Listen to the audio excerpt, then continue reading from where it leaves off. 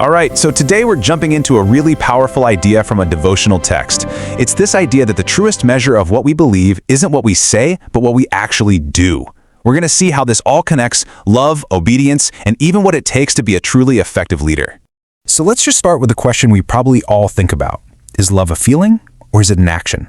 I mean, when it comes to our deepest commitments, what really matters more? Our good intentions, or actual follow-through? This is the core tension we're going to unpack today. Okay, so the text we're breaking down today jumps right into this debate, and it makes a pretty bold claim. In the context of faith, love isn't some passive emotion. Nope, it's an active choice, and it's defined not by what we say, but by how we act.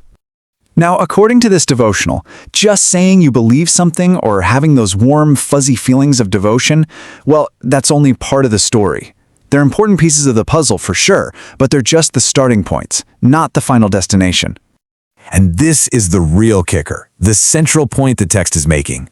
Love actually becomes real, it becomes tangible, only when it's put into action. It's all about consciously aligning what we do with a very clear set of guiding principles. Okay, so if love is all about action, then what kind of action are we talking about here? Well, the source gives us a super specific answer, and it all hinges on this idea of commandments. This one verse, it's basically the bedrock for this entire devotional.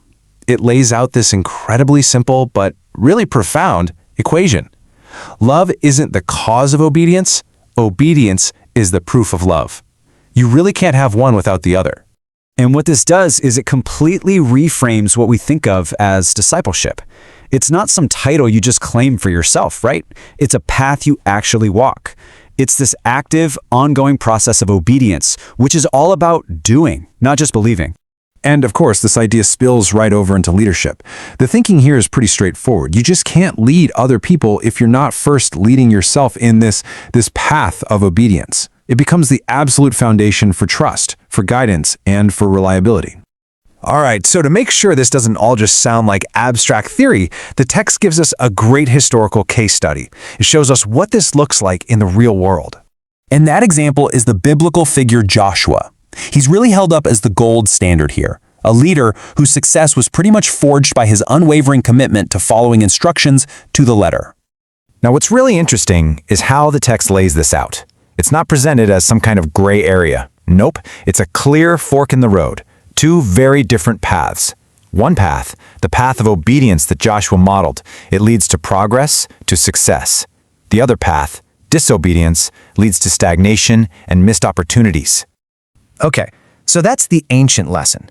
But how does this all translate to our lives, today? Well, the source argues there's a really direct modern-day payoff. So what does that look like? And here's the promise the devotional makes. Following this path of active obedience isn't just about some abstract spiritual growth. It's actually designed to produce real, tangible, positive results in pretty much every part of your life. So, what are those results? Well, the text gets specific. It talks about getting clear guidance, divine favor, and, this is a big one for leaders, credibility and reliability. And all of these things combine to create what the text calls fruitful outcomes. And this really gets to the heart of what makes a good leader, doesn't it? The source is basically saying that true influence doesn't come from your job title, it comes from your integrity. When your life actually lines up with what you teach, people naturally want to follow. It's simple. Obedience builds credibility.